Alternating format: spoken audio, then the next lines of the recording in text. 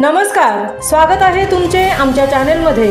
आवाज महामुंबईचा, शोध बातमीचा, कौल मनाचा। चला तर मग आमचे चॅनल शेअर करा, लाईक करा आणि सबस्क्राइब करा। धन्यवाद। घोणसे घाटात अपघाताची मालिका सुरूच। आता गॅस सिलेंडरचा ट्रक पलटला। सिलेंडर गॅसचा ट्रक म्हणून म्हसळा पोलिसांची विशेष सतर्कता।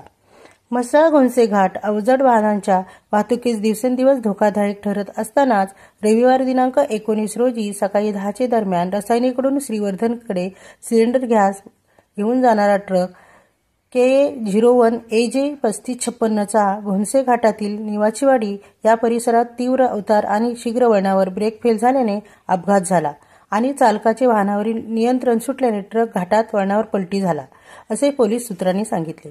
अपघातात चालक दिलीप कुमार चंद्रपाल पटेल 42 यास किरकोळ स्वरूपाची मांडीला जखम झाली असून त्यास ग्रामीण रुग्णालय म्हसळा येथे उपचार करून सोडण्यात आले आहे।